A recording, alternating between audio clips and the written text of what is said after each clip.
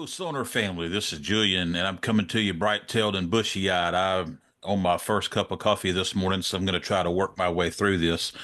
I want to talk to you about the AQX line of Sonor drums, and this is pretty much, I think, in the bottom of the range price-wise on the Sonor brand. Little background here: I had been playing with a band called the Mac George Band. It was a country band with a little bit of rock thrown in here and there. uh, Gigging. I'd gone through a bunch of Gretsch stuff before I decided to go back to Sonor, and I had a beautiful set of Sonor SQ1s and a Pro Light brass snare, and which I'm going to do a separate video on. But real nice, rig, and I had bags and all that for it. Well, sometimes you want a quick in and out somewhere, and you know, you always take your gig seriously and you want to have the best sound and all that you can for your band. So sometimes you want to kind of lighten the load without cutting corners. And so I figured I'd give some things a try that were, not the German made top of the line stuff. And I know SQ1 is not the top of the line, but for the purpose of what I'm talking about right now, it's still a German made line. So I got an AQX, and I'm always looking for excuses to buy gear. So that's where this really comes from. Is I'm just always, okay, how can I justify spending this money on this? So I wound up with two AQXs. One I used in our rehearsal space. We rehearsed in an office building, and I had a small area to set up, and I had a small area to pack everything away. So I wound up getting the jungle kit in black midnight sparkle, and it's a 13-inch floor tom and a 13-inch snare and a 16-inch kick drum. And I actually wound up not even using the 13-inch floor tom. It went back home, and for what we were doing, I you know, didn't need to get real elaborate. We were just basically, you practice on your own time, you get everything nailed down and all that, and then everybody gets together and has a rehearsal. So you're just putting all the pieces of the puzzle together. So kind of keeping it all slimmed down. Plus, I was using trick cymbals. They were low volume cymbals. So between this smaller rig and these particular cymbals, what I was able to do was bring my rehearsal volume way down. And in this long, narrow room we were rehearsing in, I was on one end, the guitarist and singers were on the other, the bass player and the slide guitar was more towards the middle of the room. So I have everything coming at me through a PA speaker, and it gets kind of loud. And so, bringing my volume down, that speaker volume was able to come down and actually made it much more pleasant for rehearsals and come out of there without your ears ringing and, headache and all that good stuff. Um, so the AQX really performed well for that. And in a rehearsal situation, I could have been playing an old set of CB700s with duct tape all over them. I mean, rehearsals are rehearsals. That's a whole different ball game than going out and gigging. So, I forgot which order I bought these two AQX drum sets, but at any rate, I had the Blue Ocean Sparkle in the jazz configuration, which was uh, a 12 tom, 14 floor tom, 18-inch kick drum, and a 13-inch snare drum. And both of the bass drums, the 16 and the 18, were bigger sounding than they were in actual size. The 16 in the rehearsal space was fine.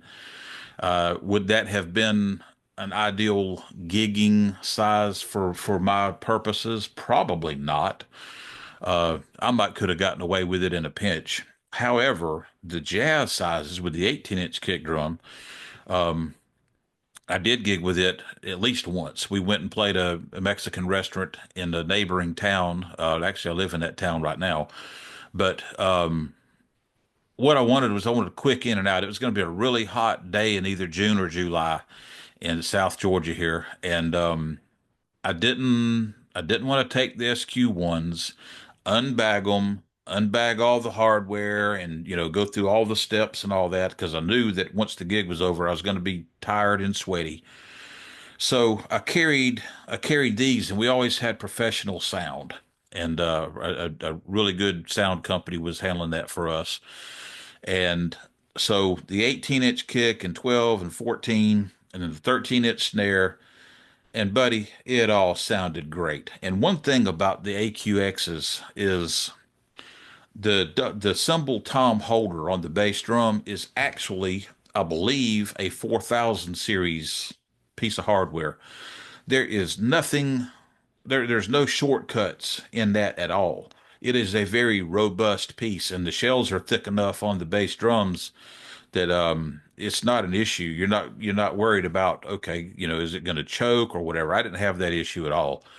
And as you can see in the pictures here, it's a beautiful drum set. The Black Midnight Sparkle, the only picture I have of it was indoors, and in dark lighting, it almost looks just black. When you get some light on it, you can see some subtle sparkle there. The Blue Ocean Sparkle and the Red Moon Sparkle, which I have never owned, but I've seen them in person, they both really pop big time. And they absolutely high quality wraps.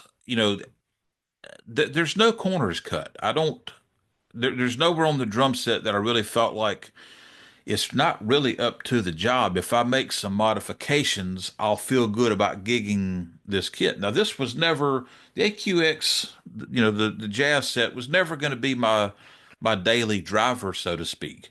Could it have been? Probably. I'm sure it could. And the gig I did take it on was absolutely phenomenal. Everything sounded good. The 18 had punch. It had depth. The sound guy had plenty to work with to really get a great sound out of the PA system. The only issue I had that day, and this was not a problem with the drums themselves, I was using pure wires that have that pin that pulls out to make a quick release for the snare wires, and it slid over too far one way, so it's hard to describe what happened. Anyway, the snares weren't properly on the snare drum during one of the songs, and I got it fixed right after that song, but had nothing to do with the drums themselves. And I just can't, the wrap was a quality finish. It didn't blister in the sun. It looks like it's a really good wrap, and it looks phenomenal. I mean, if you don't see the drums in person, you don't really get it, and I think that's kind of typical of Sonor across the board anyway. You never really get the full effect until you're right there in front of them, seeing them in person. The AQ2s are available in, or excuse me, AQXs are available in several different configurations, right down to a complete pack that's got cymbals and all. So, you know, the line is really positioned to give you, what I feel like comparatively with other brands, that Sonor quality. Now, you know, you got to compare that with other items in the same price range.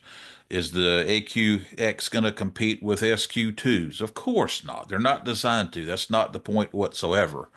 But I think that in any particular price point, the Sonor stuff has always maintained an edge in some regard or another. And the AQXs are certainly not an exception to that.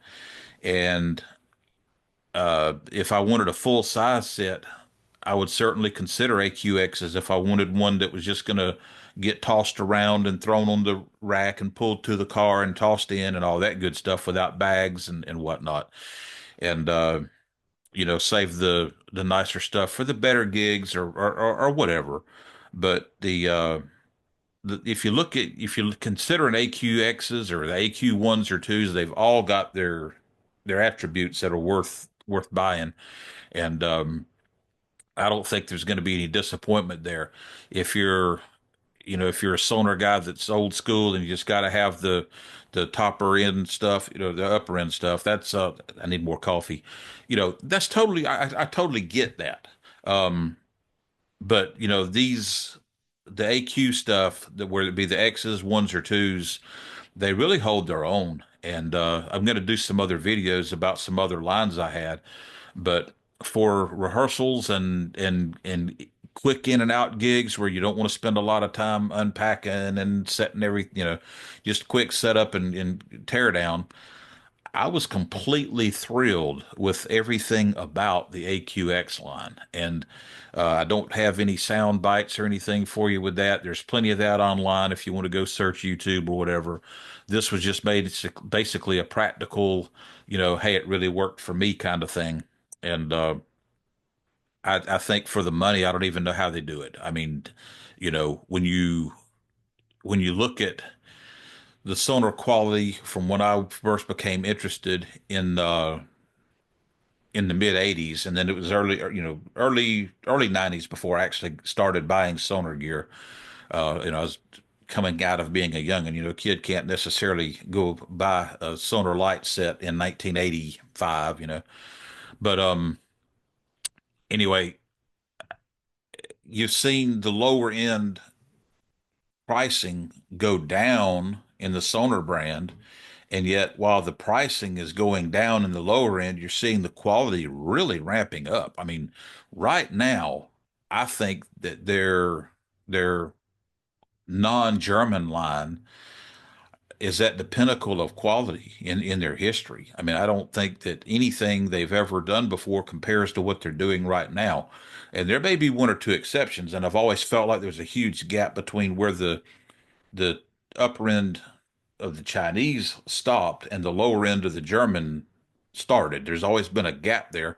And the sad thing is that there's some companies that've got some really cool stuff in that gap. And Tama with their Walnut Birch Star Classic is a great example of that, which I wound up flipping over to for a little while just because of where my budget was. I couldn't afford, at the particular time the German stuff was a little out of my reach, and the AQ stuff, I could afford a little better. So I wound up jumping over to something else briefly just because of that gap mainly and all the features that were available on the Tama at the time. And I hope that we're going to see that gap get filled eventually because I think there's a lot of room for some options there that they don't currently offer. But anyway, we'll just wait and see how that goes. But the compressor series stuff is really really nice, and I've had a couple of pieces of those and played some other ones, and really no disappointment there. So it's a very utilitarian line of drums, very attractive looking, well executed, and it's got the undersized shells that Sonar's always done, so it's not like a relabel or rebranding. You know, we're just gonna pump out all these snare drums, and some are gonna say brand X, and some are gonna say Sonar, and some will say Acme drum cover or whatever. That's just not at all what's going on here. So very well thought out line, very well executed.